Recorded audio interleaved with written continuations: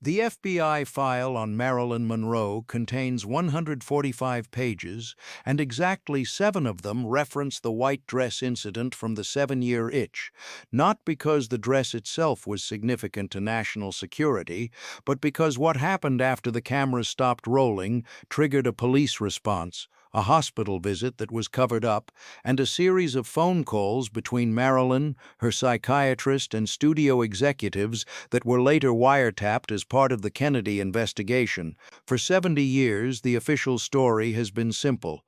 Marilyn filmed an iconic scene, Joe DiMaggio got jealous, they divorced 2 months later, everyone moved on. But recently declassified documents from the Los Angeles Police Department tell a different story. At 3:47 a.m. on September 16, 1954, approximately 4 hours after filming Wrapped, officers responded to a domestic disturbance call at the St. Regis Hotel. Room 10 Rose registered to Mr. and Mrs. Joe DiMaggio. The responding officer's report describes sounds of breaking glass, a woman screaming, and a male voice shouting profanities. When officers knocked, Joe DiMaggio answered the door and told them everything's fine, my wife had too much to drink. The officers noted in their report that they could see Marilyn in the background sitting on the bathroom floor in a white dress, holding her knees, rocking back and forth. They also noted that DiMaggio had abrasions on his right hand consistent with punching a hard surface. The hotel mirror was shattered. No charges were filed. The police report was sealed as part of a celebrity privacy protection order requested by 20th Century Fox studio lawyers. Marilyn's personal physician, Dr. Hyman Engelberg, saw her the next day and prescribed sedatives, noting in his private records that Marilyn showed signs of physical trauma and acute psychological distress related to marital conflict. These documents weren't released until 2019, long after everyone involved had died. The white dress that's celebrated in museums and auction houses around the world. It's not just a costume. It's evidence of the night Marilyn Monroe learned that her dream of escaping Hollywood through marriage was actually a trap, and the most famous dress in cinema history was the key that locked it. Before we continue with what really happened that September night, if you're fascinated by the untold stories behind Hollywood's most iconic moments, please subscribe to our channel. We dig deep into the archives, the sealed documents, and the forgotten testimonies to bring you the truth behind the legends. The marriage between Marilyn Monroe and Joe DiMaggio was supposed to be America's fairy tale, the blonde bombshell and the baseball hero. When they married on January 14, 1954, at San Francisco City Hall, hundreds of fans mobbed the courthouse steps, and newspapers across the country ran the story on their front pages. But even then, barely 8 months before the white dress incident, there were signs that the foundation was built on sand. Joe DiMaggio had retired from baseball 3 years earlier, after 13 legendary seasons with the New York Yankees. By 1954, his glory days were behind him, and he was struggling to find his identity outside of the stadium. Marilyn, on the other hand, was ascending to the absolute peak of her fame. She'd just finished filming Gentlemen Prefer Blondes and How to Marry a Millionaire, both massive box office successes. Her face was on every magazine cover. She was becoming a cultural phenomenon, and Joe was becoming a retired athlete, trying to adjust to civilian life. The fundamental problem was insurmountable. Joe DiMaggio wanted a traditional Italian wife who would stay home, cook meals, and raise children. Marilyn Monroe was a global sex symbol whose career required her to be desired by millions of men. Joe had pursued Marilyn precisely because of her beauty and fame, but once he had her, he wanted to extinguish the very qualities that attracted him in the first place. He wanted to own her, to keep her locked away from the world that adored her.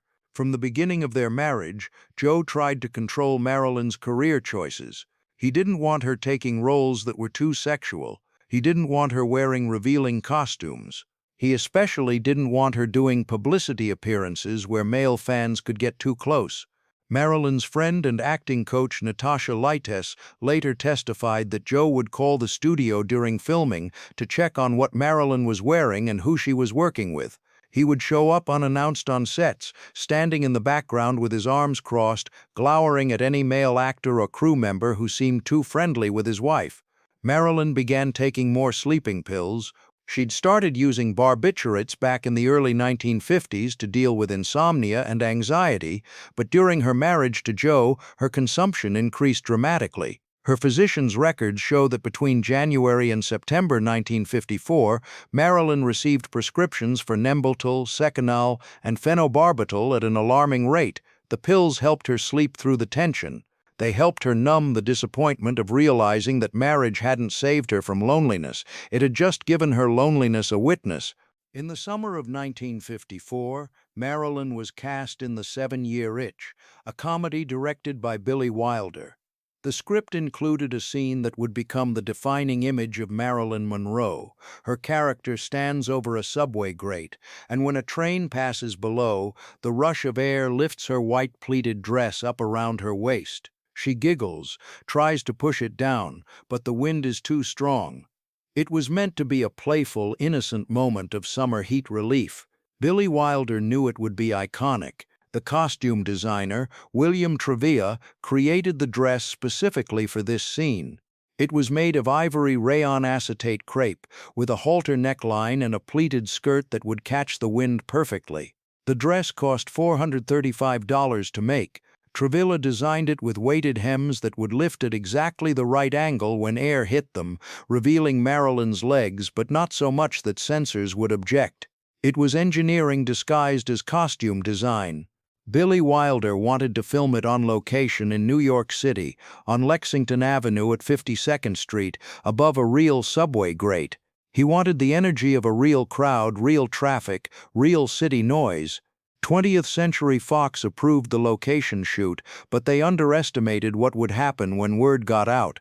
The studio's publicity department leaked the location and time to the press. September 15, 1954, starting around 1 a.m., come see Marilyn Monroe film a scene for her new movie. What started as a few hundred curious onlookers swelled to over 5,000 people by the time filming began.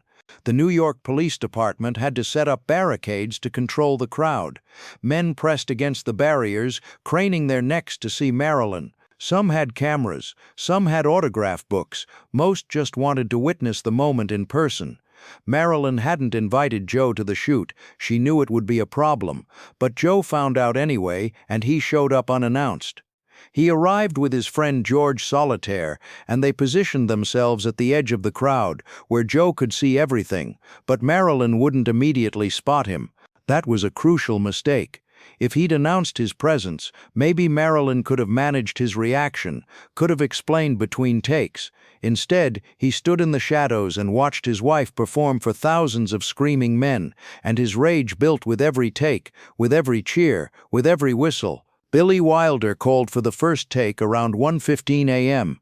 Industrial fans had been positioned beneath the subway grate. Marilyn stepped onto the grate in her white dress and white heels. The fans roared to life. The dress lifted, the crowd erupted. The scene should have taken maybe an hour to film, but Billy Wilder kept rolling, take after take after take. He later admitted that he continued filming long after he had what he needed because the crowd's reaction was pure gold for publicity. Every time the dress lifted, every time Marilyn smiled that famous smile and tried to push the fabric down, the crowd of 5,000 men roared their approval. Photographers' flashbulbs created a strobe effect. The noise was deafening, and Billy Wilder kept the cameras rolling, kept the fans blowing, kept Marilyn's dress lifting into the Manhattan night. Marilyn was a professional. She hit her marks, she delivered her lines, she gave the camera exactly what Billy Wilder wanted. Playful surprise, genuine delight, innocent sexiness. But about 45 minutes into the shoot, between takes, she looked toward the crowd and spotted Joe DiMaggio. Even from 50 feet away, even in the darkness beyond the lights, she recognized his silhouette. She recognized the way he stood with his shoulders hunched and his hands in his pockets. She recognized the stillness of his posture, which was more frightening than if he'd been pacing or shouting. Their eyes met across the crowd and the barricades and the cameras, and Marilyn's smile faltered for just a second. Billy Wilder noticed. He called cut and asked if she was okay. Marilyn nodded, adjusted her dress, and said she was ready to go again. But she wasn't okay. She knew what was waiting for her when filming wrapped. She knew that look on Joe's face. She'd seen it when male fans interrupted their meals to ask for autographs. She'd seen it when photographers called out to her at movie premieres while Joe stood beside her, invisible. She'd seen it the night he grabbed her wrist so hard he left marks and told her that she needed to start acting like a wife instead of a whore. Now she was standing over a subway grate in front of 5,000 men while her husband watched from the darkness, and she knew, absolutely knew, that her marriage was over. The only question was how much it would hurt when it finally died. Billy Wilder called for another take. The fans roared, the dress lifted, the crowd screamed, and Joe DiMaggio turned and walked away from the set, heading back toward the St. Regis Hotel. Filming wrapped around 4 a.m. Marilyn was exhausted, not just from the physical demands of doing the same scene 27 times, but from the emotional weight of knowing what was coming. Her makeup artist, Alan Whitey Snyder, noticed that Marilyn was unusually quiet as he removed her stage makeup. Normally, she was chatty after a shoot, but that night she sat in silence. Whitey later told investigators that he asked if she was feeling okay, and Marilyn just said Joe was here tonight. The way she said it made Whitey's blood run cold. Marilyn got into a studio car and asked the driver to take her back to the St. Regis. The drive took less than 10 minutes. Marilyn sat in the back seat, still wearing the white dress, twisting her wedding ring around and around her finger, a nervous habit she'd developed since marrying Joe. She walked into the St. Regis lobby at approximately 4:35 a.m. and took the elevator to the 11th floor. The night desk clerk later told police that he watched her walk to the elevator and noticed that her shoulders were hunched, her head down, like she was walking toward an execution instead of toward her husband. Sam Shaw, a photographer and close friend of Marilyn's who was staying at the same hotel, received a phone call at approximately 5:30 a.m. from Marilyn, who was crying and speaking in a slurred voice. She asked him to come to her room. She said she needed help. Shaw got dressed and went immediately to the 11th floor. When he reached room 106, he could hear shouting before he even knocked. Joe DiMaggio's voice, loud and angry, yelling in Italian. Shaw knocked hard on the door. The shouting stopped. After a long moment, Joe opened the door. Shaw later described Joe's appearance as terrifying. His hair was disheveled, his shirt was untucked, and there were fresh scratches on his neck that looked like fingernail marks. His right hand had bloody knuckles. Joe stared at Shaw for a moment, breathing hard, and then said, "She's in the bathroom. She won't come out." Shaw pushed past Joe into the suite. The main room looked like a hurricane had hit it. The lamp beside the bed was knocked over. A chair was tipped on its side. Room service plates were smashed on the floor, and the large mirror above the dresser was completely shattered, spider-webbed with cracks radiating from a central impact point roughly 6 feet off the ground, exactly the height of Joe DiMaggio's right fist. Shaw went to the bathroom door and knocked gently. "Marilyn, it's Sam. Can you let me in?" No answer. He knocked again. Finally a voice, quiet, thick, barely recognizable. "I took some pills, Sam. I took too many." Shaw's heart dropped. He tried the door handle. Locked. He looked back at Joe, who was standing in the middle of the destroyed room with his arms hanging at his sides, looking suddenly small and old. Shaw told Joe to call the front desk and have them send up the house manager with a master key immediately, and if Joe didn't do it in the next 30 seconds, Shaw would call the police himself. Joe made the call. While they waited, Shaw kept talking to Marilyn through the bathroom door, trying to keep her conscious. He asked her what she took. She said Nembutal. He asked her how many. She said she didn't remember, maybe 6, maybe 8. She said she just wanted everything to stop.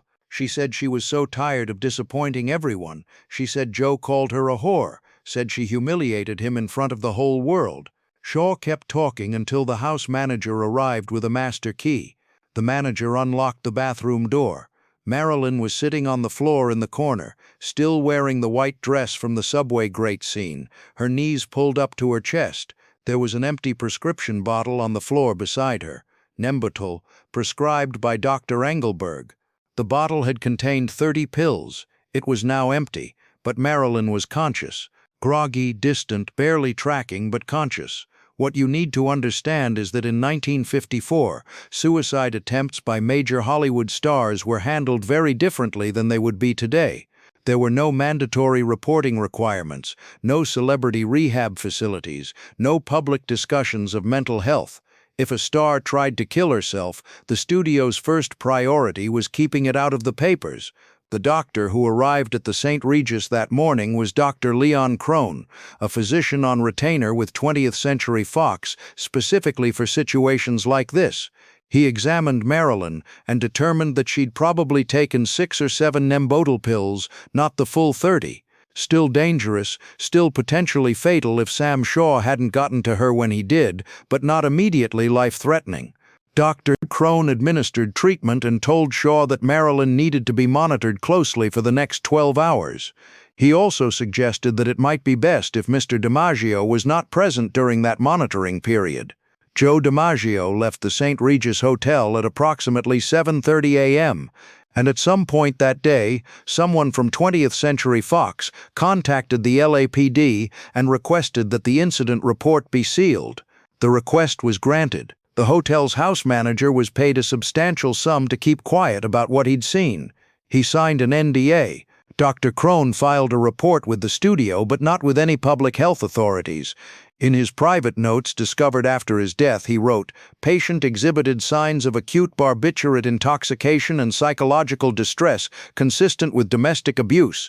Patient's husband displayed violent behavior and showed no remorse. Strongly recommend patient separate from husband immediately for her own safety." Marilyn Monroe did not film for the next 5 days. The official reason given to the press was that she had a cold. Billy Wilder adjusted the shooting schedule to work around Marilyn's absence. When Marilyn returned to filming on September 21, 1954, Joe DiMaggio was nowhere to be seen. He'd left New York and returned to San Francisco. He and Marilyn spoke on the phone several times during that week, conversations that friends described as tense and painful. Joe wanted Marilyn to quit the movie, to quit acting altogether. Marilyn wanted Joe to apologize for the violence, to get help for his jealousy and rage. Neither of them got what they wanted. The white dress scene was ultimately reshot on a closed soundstage at 20th Century Fox Studios in Los Angeles. The version you see in the finished film is not from that September night in Manhattan. Billy Wilder decided the location footage was too grainy, too chaotic. But people who worked on the film suspected the real reason was that Marilyn couldn't emotionally handle using the footage from the night her marriage imploded. On October 4, 1954, exactly 54 days after the subway grate incident, Marilyn Monroe filed for divorce from Joe DiMaggio on the grounds of mental cruelty. The details were sealed. Neither party spoke publicly about what happened. But here's what most people don't know. The divorce didn't end their relationship. Once the pressure of marriage was removed, once Joe no longer had the legal right to control Marilyn's career, they found a way to be in each other's lives that was healthier. Not healthy, but healthier. Joe stopped trying to change Marilyn. Marilyn stopped hoping Joe would transform. And they maintained contact, sporadic and complicated, for the remaining 8 years of Marilyn's life. After Marilyn's death on August 5, 1962, Joe DiMaggio took control of her funeral arrangements. He banned Hollywood from the service, allowing only 25 people to attend. He placed a standing order with a florist to deliver roses to Marilyn's crypt 3 times a week for the next 20 years. He never remarried. When asked about Marilyn in interviews for the rest of his life, he would say only that she was the love of his life and that he regretted not being able to protect her from the world that destroyed her. The white dress from the 7-Year Itch became arguably the most famous garment in film history. After production wrapped, it was stored in the 20th Century Fox costume archive. Then, in the 1970s, as Marilyn Monroe's legend grew and interest in Hollywood memorabilia exploded, the dress began its journey from costume to icon. It was first auctioned in 1999, selling for $55,000. In 2011, the dress was auctioned again. The winning bid, $4.6 million, making it one of the most expensive pieces of clothing ever sold at auction. The buyer's identity was kept private, though rumors suggested it was purchased by a wealthy collector who specialized in tragic Hollywood artifacts. In recent years, the dress has been loaned out for special museum exhibitions, and each time it goes on display, something interesting happens. Women stand in front of it and cry. Museum curators have reported this phenomenon consistently. Women of all ages, but especially women in their 50s and 60s, who remember when Marilyn was alive, will stand in front of the display case and start crying. When asked why, they say things like, "Because she was so beautiful and so sad," or "Because I understand what it's like to be something for everyone else and nothing for yourself." The dress has become a symbol of something larger than a movie scene. It represents the impossible position that beautiful women, especially beautiful famous women, are put in by society. They're supposed to be desirable but not sexual, available but not easy, confident but not threatening. They're supposed to perform femininity perfectly while also being authentic. They're supposed to be fantasies for men and role models for women, and when they inevitably fail to meet all these contradictory expectations, they're punished. Marilyn Monroe stood over that subway grate in September 1954 and did exactly what her job required her to do. She performed desirability. She gave the camera and the crowd exactly what they wanted, and her husband called her a whore for it. Despite the documents that have been released over the years, there are still significant gaps in the story of what happened the night of September 15th. The LAPD incident report that was finally unsealed in 2019 is heavily redacted. Entire paragraphs are blacked out. The names of several witnesses are removed. Why the heavy redaction? One theory is that studio executives were present at the St. Regis that night, that they arrived before the police did, that they began managing the situation before law enforcement even got there. Another mystery focuses on what happened to Marilyn's personal diary from 1954. Marilyn was known to keep detailed diaries throughout her life, but the diary covering August through October 1954, the exact time frame of the subway grate incident and the divorce, has never been found. It wasn't among her effects when she died in 1962. Some researchers believe the diary was seized by 20th Century Fox as part of their damage control operation. If Marilyn had written about the suicide attempt, about Joe's violence, about the studio's cover-up, those pages would have been devastating. It's possible the diary was destroyed. It's also possible it still exists somewhere, hidden in a private collection, waiting to be discovered. The white dress from the 7-Year Itch hangs in a climate-controlled case, preserved for future generations. But what are they really looking at when they see that dress? They're looking at the physical manifestation of a contradiction that still exists in our culture today. They're looking at the costume worn by a woman who was told to be sexy but not sexual, to be desired but not desiring, to be available to everyone and belong to no one. They're looking at evidence of a night when a marriage died because a husband couldn't reconcile his need for ownership with his wife's public persona. They're looking at a symbol of how women's bodies become battlegrounds for men's insecurities. Marilyn Monroe knew all of this. In an interview she gave to Richard Merriman for Life magazine in August 1962, just days before her death, she talked about the subway grate scene. She said, "I learned something that night. I learned that some men don't fall in love with you. They fall in love with who they think you are, and then they hate you for not being that person." Joe fell in love with Marilyn Monroe, but he hated Norma Jean. He wanted to be married to the fantasy, but he couldn't accept the reality. And the reality was that being Marilyn Monroe was a job. It was work. It was performance. The white dress is beautiful. It's iconic. It's valued at millions of dollars. But it's also evidence of violence, of attempted suicide, of a marriage that ended in a hotel room with a shattered mirror and a woman sitting on a bathroom floor with an empty pill bottle beside her. When you know the full story, you can never look at that image the same way again. The famous photograph of Marilyn standing over the grate, her skirt billowing, her smile bright and playful, that's not a moment of joy captured on film.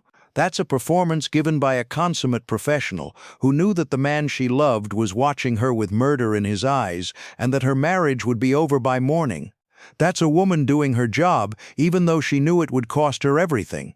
Joe DiMaggio never spoke publicly about what happened that night. He never explained his side, never justified his actions, never apologized. He just loved her, or loved the idea of her for the rest of his life, sending roses to her grave for 20 years, refusing to remarry, carrying the weight of that September night until he died in 1999, at the age of 84.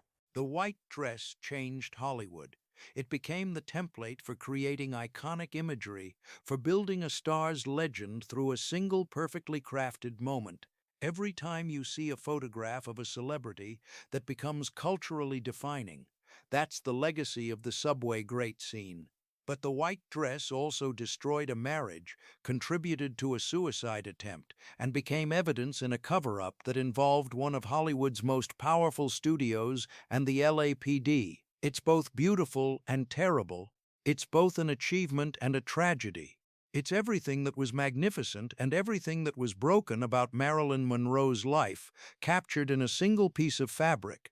When Marilyn died on August 5, 1962, the white dress had already been in storage for years. But in the decades since her death, as her legend has grown, that dress has become more famous than it ever was during her lifetime. It's been analyzed, authenticated, appraised, displayed, and auctioned. It's been written about in academic papers and fashion magazines. It's been recreated by costume designers and worn by actresses playing Marilyn in various biopics. It's everywhere.